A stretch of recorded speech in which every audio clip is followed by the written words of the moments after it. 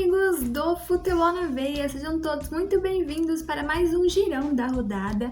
Eu sou a Karine Gomes e hoje nós iremos falar sobre 3 jogos em especial da quarta fase da Copa do Brasil.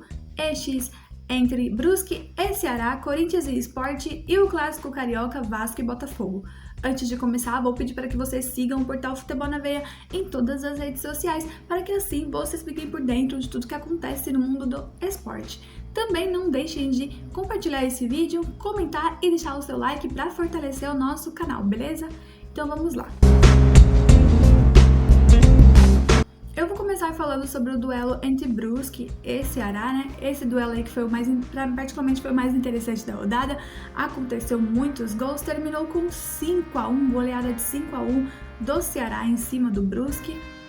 A equipe, né, falando sobre os prognósticos das equipes, o Ceará, né, ambas equipes vêm em momentos bons na temporada, enquanto o Ceará vinha de uma vitória, 3 vitórias seguidas em relação venceu o Internacional, venceu o Flamengo e também havia vencido o próprio Brusque, né, pelo jogo de ida.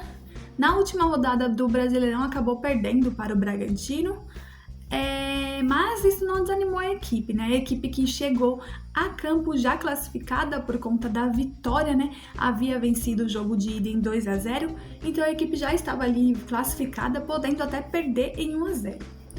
Falando sobre o Brusque, né? Agora falando sobre o Brusque, a equipe também que vive um bom momento na Série C, é líder do grupo B com 15 pontos. Na última partida venceu o Tombense. Para quem não sabe, a Série C ela é uma competição de fase de grupos, não é pontos corridos igual o Brasileirão Série A e o Brasileirão Série B, é de pontos corridos e o Brusque vem aí também em um bom momento, é líder da Série C, podemos dizer assim. Então era de se esperar um duelo equilibrado, era de se esperar um bom jogo. Porém, foi um bom jogo, mas não foi tão equilibrado assim, né? Porque o Ceará acabou vencendo em 5-1, no agregado ficou ao todo 7-1. Bom, então, falando sobre a partida em si, o primeiro tempo terminou em empate de 1-1, né? Os gols saíram mesmo no segundo tempo. No primeiro tempo, começou ali com aos 3 minutos o Ceará abrindo o placar com o Rafael Sobis. Aos 16 aconteceu um pênalti ali, né, pro Brusque. O capitão da equipe deles, Alexandro, bateu e deixou o Fernando Praz para trás. Então, o primeiro tempo terminou ali com um equilíbrio ali entre as equipes e empate de 1-1. Os gols saíram mesmo no segundo tempo, logo nos primeiros minutos o Rafael Sobis, ele fez novamente e virou o placar para o Ceará. Mais pra frente, né, aos 30, o Berisson fez ali o gol também e ampliou pro Vozão. Também deu tempo do Léo Chu fazer e do Thiago Pagnussat, na verdade. Então esses foram os autores do gol. Ao total foi 5-1 pro Vozão. Com a classificação, né, o Ceará faturou em torno de 2,5 milhões, mais de 2,5 milhões, né, 2,6 milhões pela classificação. E essa foi, então podemos dizer que a equipe está classificada. Agora vai esperar aí os resultados, né, dos novos sorteios para ver quem vai ser o seu adversário das oitavas. Bom, parabéns para o Vozão, né? Agora eu vou passar a bola para o meu colega Renan Liscay, que vai falar sobre o duelo entre Corinthians e Sport. É com você, Renan. Na Ilha do Retiro, Sport e Corinthians fizeram o único jogo dessa 12ª rodada do Campeonato Brasileiro nesta quarta-feira. A rodada vai ter continuidade durante o fim de semana. O placar 1-0 para os donos da casa com o gol de Iago Maidana de pênalti. Aliás, mais um dele no campeonato, é o 4º no torneio. Durante a primeira etapa, um jogo muito truncado, muito estudado, principalmente nos primeiros minutos, com as duas equipes tentando ficar mais com a bola. O Corinthians ainda ficou com um número maior de posse, mas não levou perigo o gol do Sport, diferentemente da equipe do Recife, que jogando em casa, quando teve a bola, buscou dar pontadas na equipe do Corinthians, tentou assustar, e foi um chute de fora da área que originou o pênalti, que o árbitro Wilton Pereira Sampaio veio a marcar numa bola desviada na mão do Everaldo. O critério foi um movimento antinatural do corpo do atacante do Corinthians, que deixou o braço aberto. Na cobrança, Maidana só teve que deslocar o Cássio, fazer 1-0 e colocar o Sport na frente. A partir daí, o Sport tentou mais administrar o jogo, enquanto o Corinthians deveria propor. Ainda que com pouca criatividade, nem mesmo o Otero, que vinha vindo bem nesses últimos jogos, conseguiu ter chances de arriscar de fora da área, né, sua melhor característica, que é o chute, não conseguiu criar. E a partir disso, no intervalo, o técnico Coelho chegou até a promover a mudança, colocar o Luan no lugar do Everaldo, que já tinha amarelo, né, por conta do pênalti, não vinha bem na partida, mas mesmo assim não surtiu efeito.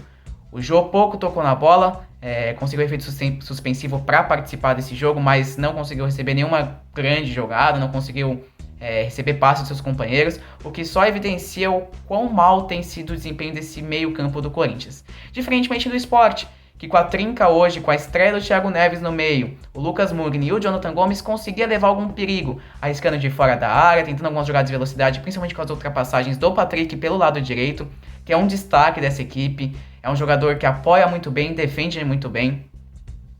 E o Sport conseguiu ser melhor dentro da sua proposta. Postado defensivamente, a equipe do Jair Ventura é muito forte. É uma equipe que cede poucos espaços para o adversário. Foi assim com o Corinthians, tem sido assim com os outros jogos, foi assim contra o Fluminense e outros adversários. Não é à toa que a equipe soma 4 vitórias, 1 empate e 2 derrotas sobre o comando do Jair, que chegou faz pouco tempo, mas mudou totalmente a filosofia dessa equipe de jogar.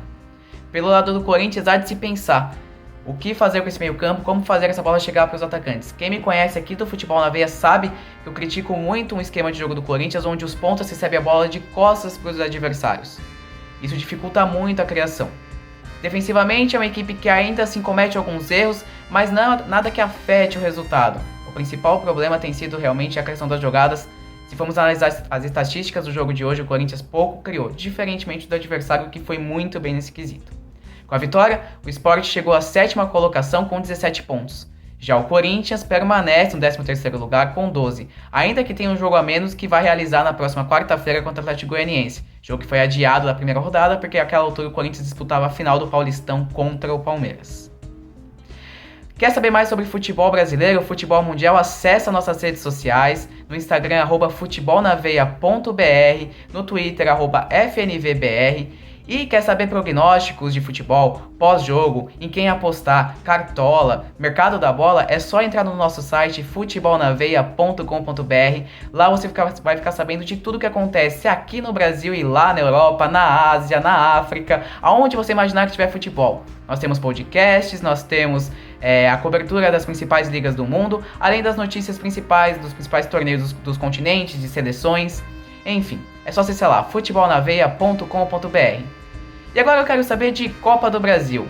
Vasco e Botafogo. Leonardo Abraão, me conta aí como é que foi o confronto entre os dois times cariocas e quem se classificou para as oitavas de final. Fala pessoal ligado aqui no Futebol na Veia, e deu Botafogo no Clássico Carioca pela 4ª fase da Copa do Brasil. A equipe já havia derrotado o Vasco no Newton Santos por 1-0 no primeiro jogo, com o gol do Matheus Babi, e com o 0-0 desta quarta-feira avançou até as oitavas de final. No primeiro tempo, as equipes estudaram muito no começo e não arriscaram tanto, ficaram ali mais cautelosas e buscavam alguns contra-ataques. O Botafogo foi um pouco mais perigoso, conseguia criar bastante jogadas, mas não conseguia finalizar, pecava nas finalizações. E o Vasco, por sua vez, tentava a criação, tentava impor o seu jogo, mas só conseguia assustar em jogadas de longe, né, finalizações de longe. Principalmente com o Andrei, que foi um dos homens mais perigosos do Vasco no jogo. Ele arriscou uma bola de longe no finalzinho do primeiro tempo já e obrigou o Gatito a fazer uma boa defesa. Fora isso, a equipe não criou muito e no segundo tempo precisou mudar. Colocou alguns atacantes no lugar de alguns meio-campistas e conseguiu, de certa forma, mudar um pouco a sua atitude. Mas o Botafogo se postava ali muito bem na sua zaga e não permitiu o Vasco penetrar na sua grande área. Então, coube ao time cruzmaltino apenas tentar finalizar de longe, como foi no primeiro tempo. O André arriscou mais uma vez e levou perigo, e o Benítez, que estava bastante apagado, também levou perigo em uma finalização de perna esquerda, de longe, que passou por cima do travessão do Gatito. O Cano foi uma das decepções do jogo, né, que não recebeu muitas bolas e não teve muitas chances, então acabou passando em branco. E o Botafogo levava perigo na bola parada, né, em algumas bolas alçadas na área e em algumas faltas diretas, como foi em uma finalização do Honda, que levou perigo ao gol do Fernando Miguel. Com isso, o Botafogo chegou a 3 jogos sem sofrer gol e se classificou às oitavas da Copa do Brasil. O Vasco caiu um pouco de rendimento, tanto no Brasileirão, né, já que perdeu alguns pontos e deixou de disputar ali as primeiras colocações, como na Copa do Brasil, agora que foi eliminado por um dos seus maiores rivais. Ainda teremos um jogo dessa quarta fase, que será entre Atlético Goianiense e Fluminense em Goiânia. O Fluminense venceu o primeiro jogo por 1-0 e tem a vantagem do empate. E já temos todos os outros classificados dessa fase. Nessa última terça-feira, o Juventude e o América Mineiro se classificaram ao eliminar respectivamente o CRB e a Ponte Preta. E como a gente viu aqui no girão, o Brusque foi eliminado pelo Ceará depois da goleada aí por 5-1. Agora o Vasco vai jogar pelo Brasileirão no próximo final de semana, no domingo, enfrenta o Red Bull Bragantino em São Januário mais uma vez, e o Botafogo visita o Atlético Goianiense em Goiânia. Então, por hoje era isso, esse foi o nosso girão. Espero que vocês tenham gostado. Comenta aí o que vocês acharam dessas partidas, qual a expectativa de vocês para essas equipes na próxima fase da Copa do Brasil, no Brasileirão, tanto na Série A, na Série B, qual seja a divisão. Não se esqueça de se inscrever no canal, ativar o sininho, deixar um like e compartilhar aí com seus amigos. Esse foi mais o Girão do Futebol na Veia. Até a próxima!